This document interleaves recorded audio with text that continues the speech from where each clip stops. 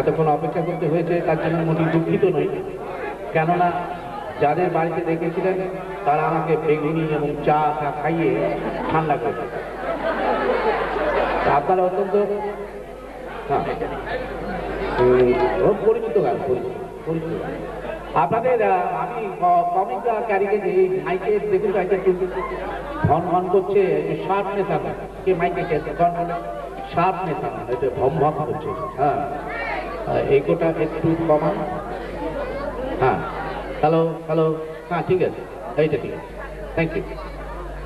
তা আপনাদের আমি কয়েকটা মজার গল্প, আমি আসলে কিন্তু চুক্তিবদ্ধ নই আপনাদের কাছে কমিক করার বা ক্যারিকেচার করার, আর এই শিল্পে আমি দক্ষ নই।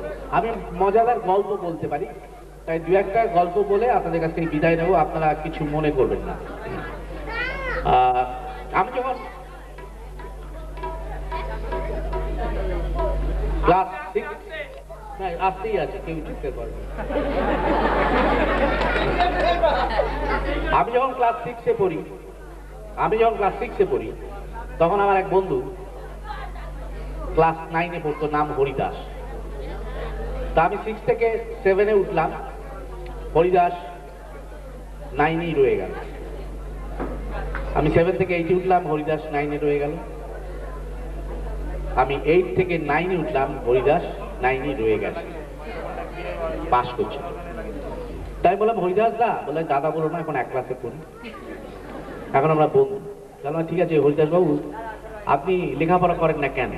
তো বললো যে দেখ, লেখাপড়া করে পাস করতে পারি, কিন্তু ওই পাস করলেই তো ক্লাস 10 হয়ে যাবে, তারপরে আইএ পড়বো, তারপর বিএ পড়বো, তারপর বাবা বিয়ে দিয়ে দেবে, সুতরাং আমি বৃদ্ধ হয়ে যাব। আমি কচি কাচাদের সঙ্গে থাকতে চাই, নবীন থাকতে চাই, সেই জন্যই ক্লাস 9-এ পড়ে আছে। আর না, এটা মোটেই কাজের কথা নয়। ভালো পড়াশোনা করলে দেশের উন্নতি হয়, নিজের পরিবারের উন্নতি হয়, সমাজের কল্যাণ হয়, এসব গ্যাস টাইল দিলাম। এই হরিদাস পড়াশোনা করতে শুরু করলো এবং 9 থেকে 10-এ ওঠার পরীক্ষা রেজাল্ট আগে পড়াশোনা করলো, ভালো করে পরীক্ষা দিল। কিন্তু দেখা গেল যে পণ্ডিত স্যার পূর্ববঙ্গে, সে রেজাল্ট বেরোনোর পর হরিদাসকে খুঁজে বেড়াচ্ছে। হরিদাস, এই শোনা যাচ্ছে, কোথায় গেলি? এই পূর্ববঙ্গের লোকেদের দোষ আছে, একটু গালাগাল করে কথা বলে। তো হরিদাস বলছে, কেন স্যার পরীক্ষা হয়ে গেছে, আমি তো এখানে। বলছে ওখানে দাঁড়া কি করতে, সেদিকে কি স্যার বলুন কি হয়েছে? আচ্ছা, তুই হাফ ইয়ারলিতে সংস্কৃতে কত পাইছিলি? কেন 13। আর হঠাৎ অ্যানুয়াল এক্সামিনেশনে তুই 90 পাইলি কি কইরা? কারণ স্যার পরীক্ষা দিয়ে বিদ্যাসাগরের মতো পড়াশোনা করেছিস। বিদ্যাসাগরের মতো পড়াশোনা করেছিস কি করে? ল্যাম্প পোস্টের নিচে। ল্যাম্প পোস্ট এখন নাই, ল্যাম্প পোস্ট পাইলি কই? বলো ওই যে কল্পনা করে নিয়েছিল। আচ্ছা, তুই টুকছস, তুই পাস করতে পারস না। বলে স্যার জীবনে আমি টুকি না। বলে না, তুই টুকছস, তাহলে 90 পাবি কি করে? 13 পাইছিলি হাফ ইয়ারলিতে। তুই টুকছ? বলে না, টুকি না, আমি টুকলে শুধু ইতিহাসে টুকি। বলে ওইসব শুনতে চাই না, তোরা আমি 2-3টা প্রশ্ন করুন, তাইলে যদি উত্তর দিতে পারস ভালো রকম, ধৈর্য নেব যে তুই সংস্কৃত 90 পাইলেও পাইতে পারস। বলে তাড়াতাড়ি প্রশ্ন করুন, কি প্রশ্ন আছে? প্রথমে কত? কাকস্য কাকস্য পরিবেদনা, কাকস্য পরিবেদনা, এইটার মানে কি? এটা সহজ স্যার, আপনি বলে দিন না। আমি কে দেবো? আমি প্রশ্ন করে তুই উত্তর দিবি। বললো ঠিক আছে, আবার বলুন, কাকস্য পরিবেদনা, এইটার মানে কি? এটা সহজ স্যার। বলে কি? কাকস্য পরিবেদনা মানে হচ্ছে স্যার, কাকেরা পরীর সঙ্গে বসে বসে বেদনা খাচ্ছে।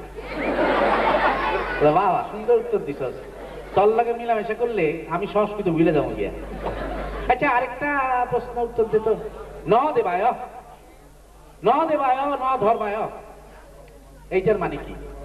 বলে ন দেবায় ন ধর্মায় তো আরো সহজ স্যার। বলে কি বললাম? ক ন দেবায় ন ধর্মায় মানে স্যার দেবানন্দ নহে, ধর্মেন্দ্র নহে।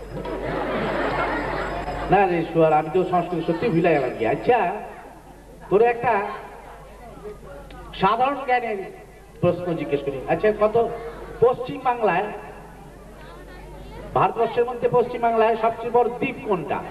বললো নবদ্বীপ। নবদ্বীপ দ্বীপ? বলে হ্যাঁ। আচ্ছা আচ্ছা, বাংলা ব্যাকরণে পদ কয় প্রকার? বলে 2 প্রকার। বলে কি কি? বলে আপদ আর বিপদ। এইরকম উত্তর দেওয়ার ফলে মাস্টার রেগে গিয়ে বললেন যে না, একটা লাস্ট কোয়েশ্চেন করতেছি, যদি পারস তাহলে তোর আমি ছেড়ে দেবো, নাহলে তোর আমি রাস্টিকেট করবো। বলে বলুন স্যার। তাহলে যদি ইংরাজি। আচ্ছা, এখন ইন্টেলেকচুয়াল শব্দটা খুব চলতেছে, মানে বুদ্ধিজীবী, ইন্টেলেকচুয়াল। এই ইন্টেলেকচুয়াল মানে আসলে কি এটা বুঝলেন না স্যার? ইন্টেলেকচুয়াল হচ্ছে গিয়ে আসলে স্যার মিনিস্টার। তার মানে ইন্টেলেকচুয়াল মানে যাদের ইন্টেলেক্ট, মানে যাদের বুদ্ধি চোয়ালে এসে জমা হয়েছে, তাদের বলে ইন্টেলেকচুয়াল। অনেক প্রতিশ্রুতি দেয় কিন্তু একটাও পালিত হয় না, সেই জন্যই ওদের বলা হয় ইন্টেলেকচুয়াল। বলে না, এই কথাটা একটু ইন্টেলিজেন্ট কুইসস, এর লিগে তোরে মাফ করে দিলাম। এই স্কুল জীবন দিগানোর পরই আমি কলেজ জীবনে যখন ঢুকি, তখন আমি নান্দিকারে অভিনয় করতাম। তখন নাম টাম করাতে স্টেজে আমি প্রথমে সুযোগ পাই তপন সিংহের হাটে বাজারের ছবিতে, এবং সেখানে আমি বৈজয়ন্তীমালার সঙ্গে একটা নাচের পাঠ পেয়েছিলাম এবং চিপলি সারারা বলে বিখ্যাত হয়েছিলাম। তারপরেই আমি সায়রা বানুর সঙ্গে সাকিনা মাহাতো করি।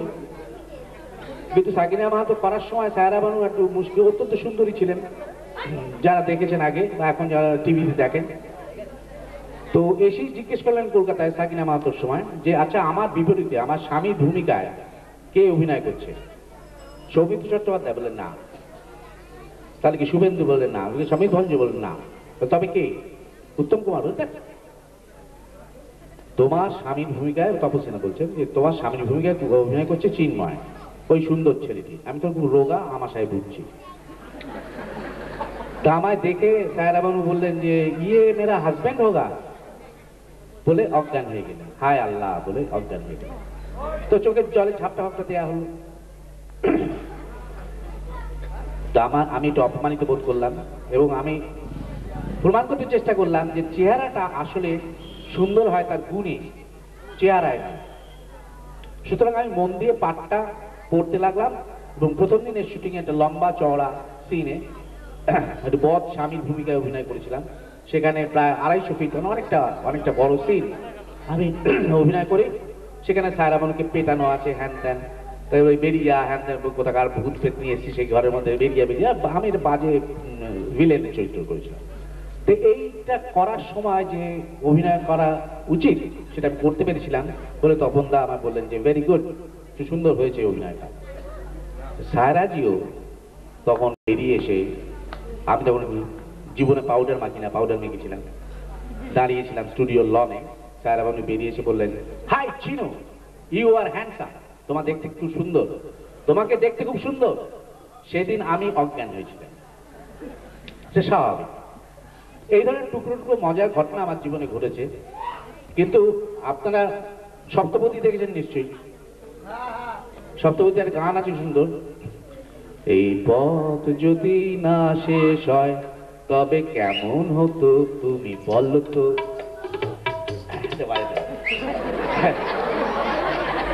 এই গানটা তখন প্রত্যেক মা, মাসি, ঠাকুমা, এদের রান্নাঘরে দিদি, বোন প্রত্যেকেই গাইতে শুরু করেছে। ইয়াং ছেলেরাও গাইছে। উত্তম কুমার, সুচিত্রা সেনের ছবি। তো সেই ছবিতে এই গানটা হিট করেছিল। হেমন্ত মুখোপাধ্যায় গেয়েছিলেন, সুর দিয়েছিলেন।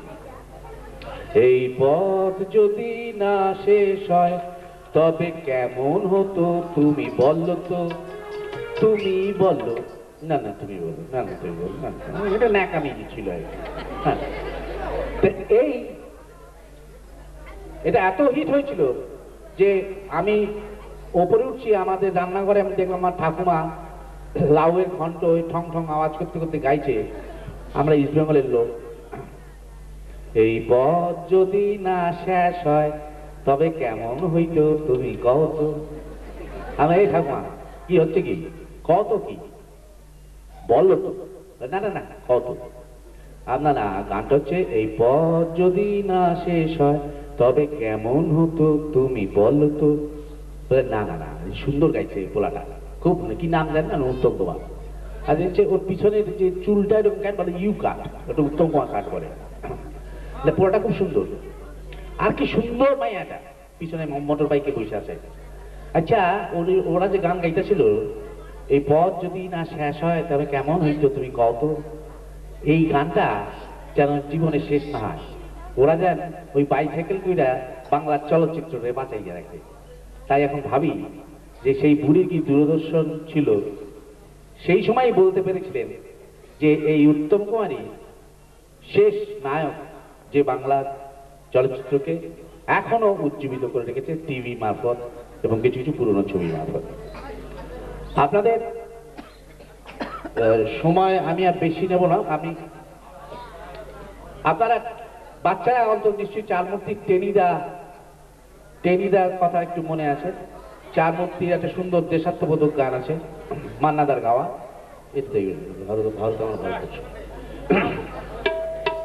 সেটা সেই গানটা আমি গায়ক নই, মোটামুটি গাইতে পারি।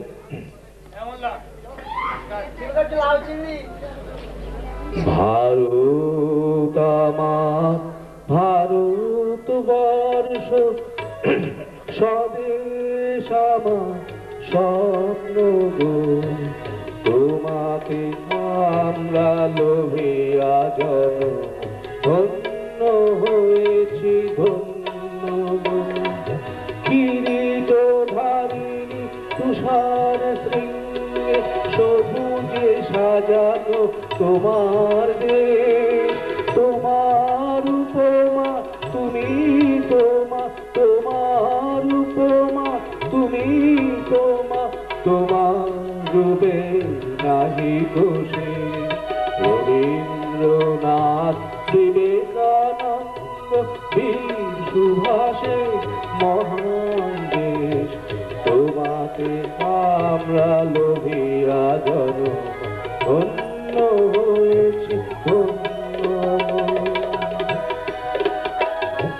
ভারত আমার ভারতবর্ষ, স্বদেশ আমার স্বপ্ন গো, তোমাকে আমরা লোভিয়া জন ধন্য হয়েছি ধন্য হয়েছি ধন্য হয়েছি। এবার একটা আমি রবি ঘোষদা এবং সৌমিত্র চট্টোপাধ্যায় তিন ভুবনের পারে একটু নাচ কাজ আছে গানটা, আপনারা নাচতে পারেন ইচ্ছে করে।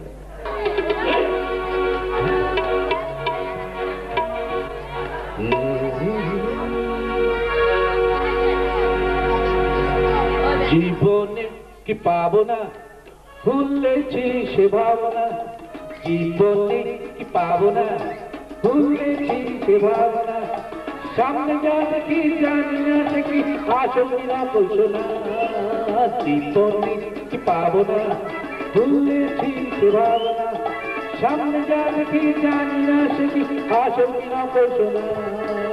জীবনে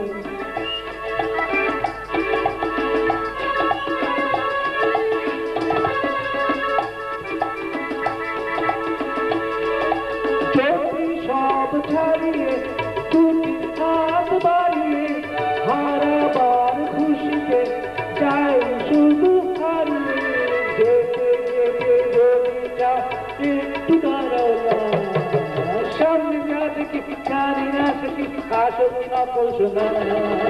জীবনে কি পাবো না ভুলেছি সে ভাবনা, সামনে যা দেখি জানি না সে কি আসল না বলছো না।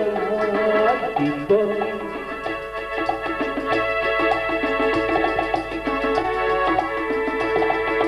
ভালো আর মন্দের দ্বন্দ্ব জানি না, ভালো কি মন্দ সেটা খবর রাখি না। ভালো আর মন্দের দ্বন্দ্ব জানি না, কে ভালো কে মন্দ সেটা খবর রাখি না। কে তুমি আগে তো দেখিনি, চলেছ পথে রূপে একটু দাঁড়াও না, সামনে যা দেখি জানি না সে কি আসল না বলছো না। জীবনে কি পাবো না ভুলেছি সে ভাবনা, সামনে যাবে কি জানি না সে কি আসল না বলছো না জীবনে কি পাবো না সামনে যাবে কি জানি না সে কি আসল না বলছো না থাকবো বলে কথা দিয়ে আমি অন্য একটা আসরে আমায় যেতে হবে। আশা করি আপনারা আমায় পাওয়া করবো।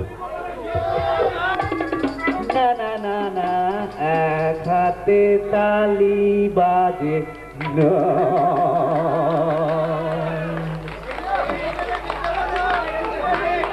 মন মানে না যত ভাবি ভুলে যাব মন মানে না মন মানে না তুমিও গো তুমি মরে বেঁধেছো যে মায়া ডোরে তুমিও গো তুমি মরে বেঁধেছো যে মায়া ডোরে সে বাঁধনে নয়নে ঘুম আসে না যত ভাবি ভুলে যাব মন মানে না মন মানে না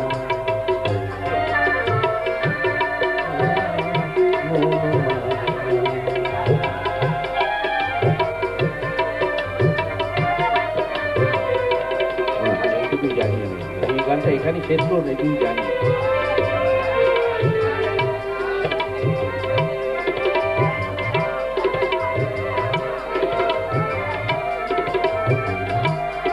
বেদনার শত দলে স্মৃতির সুরভি জলে নিশীথে মন বিনা সুর জানে না যত ভাবি ভুলে যাব মন মানে না মন মানে না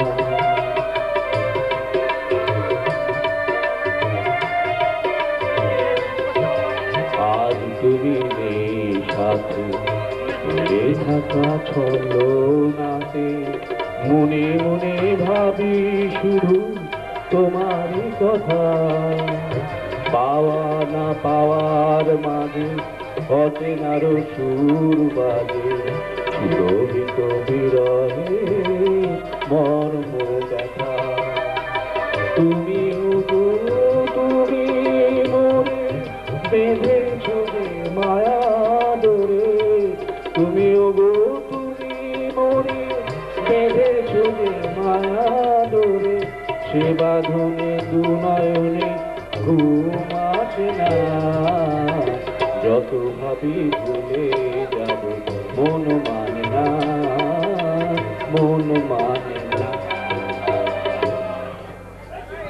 जाने हो कैसे लोग थे जिनको प्यारों को प्यार मिला हमने तो जब कलियां मांगी कांटों का हार मिला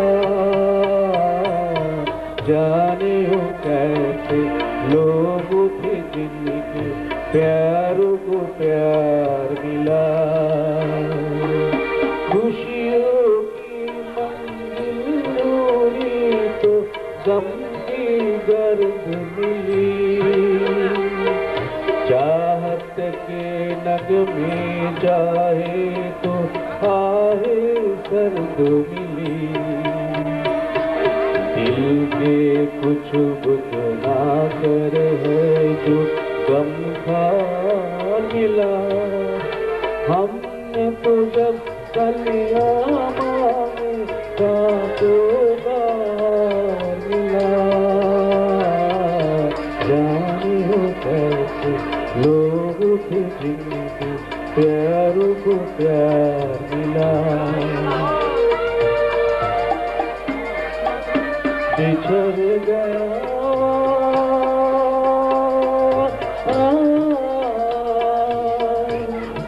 बिछड़ गया हर साथी देकर पल को पल खाता इसको फुर्सत है जो था दिया कहा जाने हो कैसे लोगों को जिनको प्यार को प्यार मिला।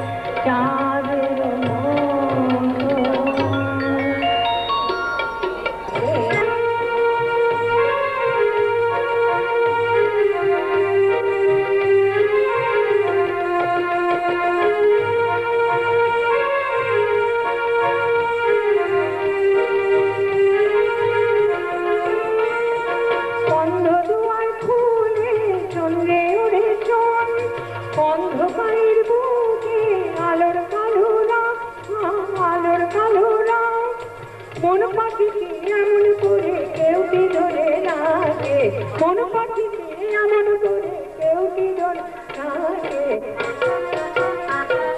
কেউ কি জোরে থাকে আইরে ছুটে আয় শ্যামলা পাখের বাকে আইরে ছুটে আয় পাঠিয়ে আয় রে পাঠিয়ে আয়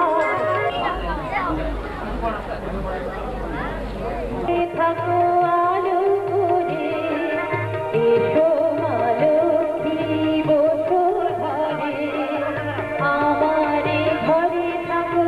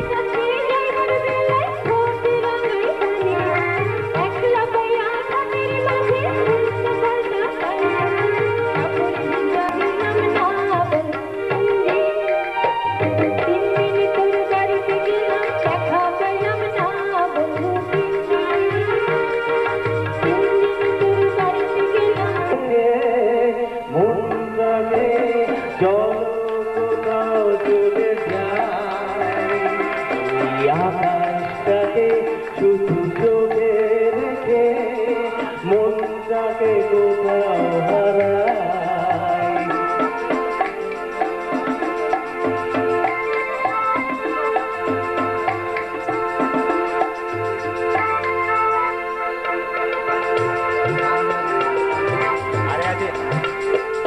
ওই সারি সারি সব ছবির মতো তীর ছাড়িয়ে চলো দূরেই তত সেই স্বপ্ন দেখা স্বপ্ন নিয়ে দাঁড়িয়ে আছে ওরা কি চাইনি কি পাইনি সবই ভুলে যেতে চাই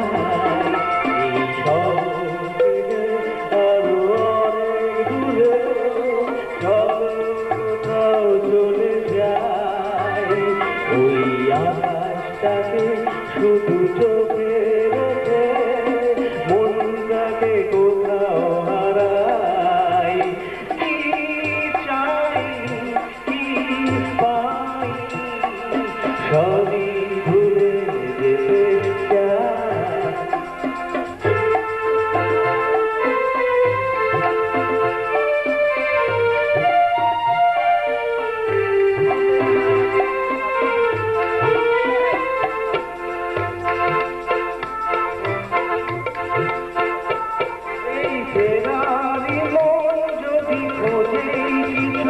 কেউ কখনো উঁচু হয় কখন নিচু সেই অন্তরে এসো নারী হৃদয় বাড়াই কি চাই কি পাইনি সবই ভুলে যেতে চাই আরো অনেক দূরে চলো কোথাও চলে যাই ওই আকাশটাকে শুধু চোখে রেখে মনটাকে কোথাও হারাই কি চাই কি পাইনি সবই ভুলে যেতে চাই এই শহরে চলো কোথাও চলে যাই ওই আকাশটাকে শুধু চোখে রেখে মনটাকে কোথাও হারাই এই শহরে আরো অনেক দূরে চলো কোথাও চলে যাই ওই আকাশটাকে শুধু চোখে রেখে ঝিকমিক দেখো বালু চিক চিক সোনা রোদ ঝিকমিক দেখো বালু চিক চিক ছোট নদী মিষ্টি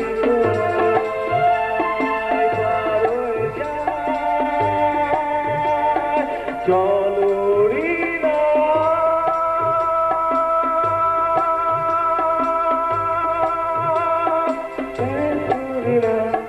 জায়গায় মেঘে মেঘে লাল কাপড়ের পথ ধরে একটু একটু করে এগিয়ে যাইব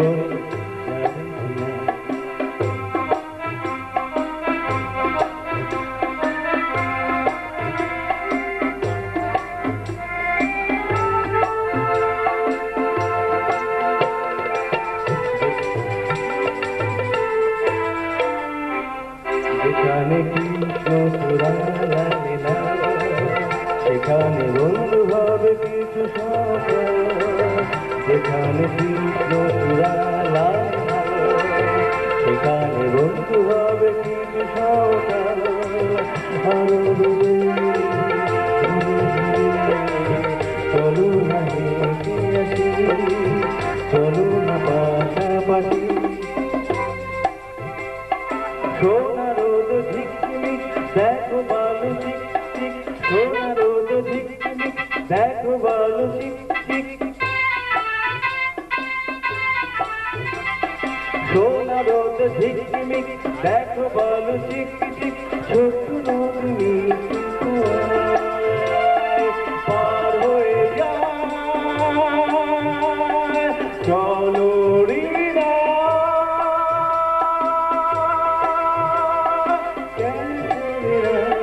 ছায়ায় মেঘে মেঘে লাল কাপড়ের পথে ধরে একটু একটু করে এগিয়ে যাই ও যাবে না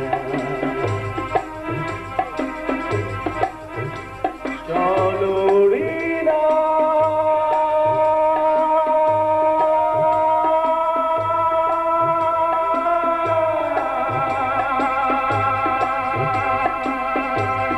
চলো রিনা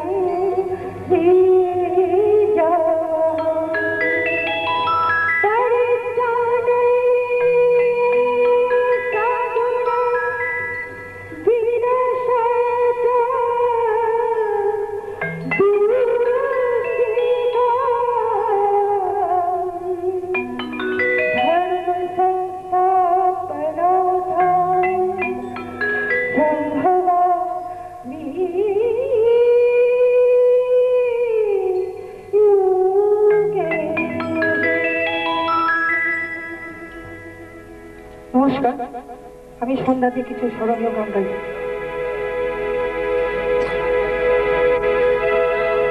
হরে কৃষ্ণ নাম দিল প্রিয় গণরা, রাখাল রাজা নাম রাখে ভক্ত শ্রীরাম।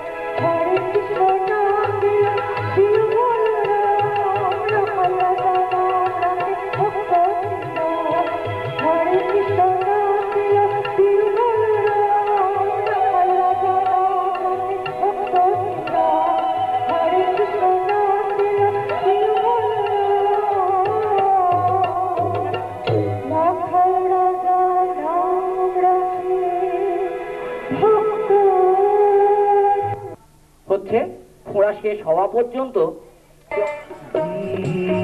দিলে জীবন হলে ফুল হয়ে যে জন্ম নেব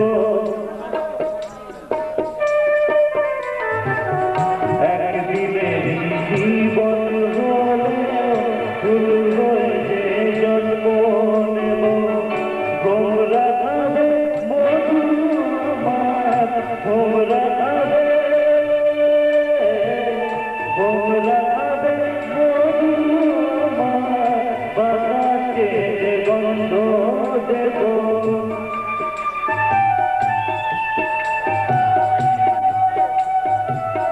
ঠাকুর ঘরে নাচবো আজে তোমার পুজো দিতে যত দুঃখ পেলাম আমি বাবার মতো নেই করিতে মানুষ জন্ম দিয়ে দিদি পাতিও না দিদি দিকে যত দুঃখ পেলাম আমি বাবার মতো নেই করিতে যত দুঃখ পেলাম